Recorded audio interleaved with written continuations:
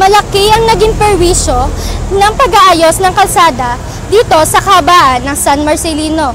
Nagsimula ang proyektong ito noong Mayo at inaasahang magtatapos ito ngayong Nobyembre. At ngayon, nandito nga tayo sa San Marcelino para makapagpanayam ng isang estudyante. Sir, ano pong nararamdaman nyo ngayong bagong gawa na naman ang kalsada dito sa San Marcelino? Masakit kasi naaabala yung mga dumadaan. Hindi na makadaan yung sasakyan ko dito. Masyado nung masikip. Puro truck pa. Nahihirapan ba kayong tumawid? Hindi naman, pero sila yung naaabala. At yun nga po ang nararanasan ng ilang estudyante dito.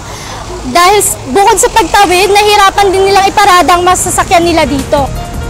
At ako, si Kian Jonella, para sa Adamson News.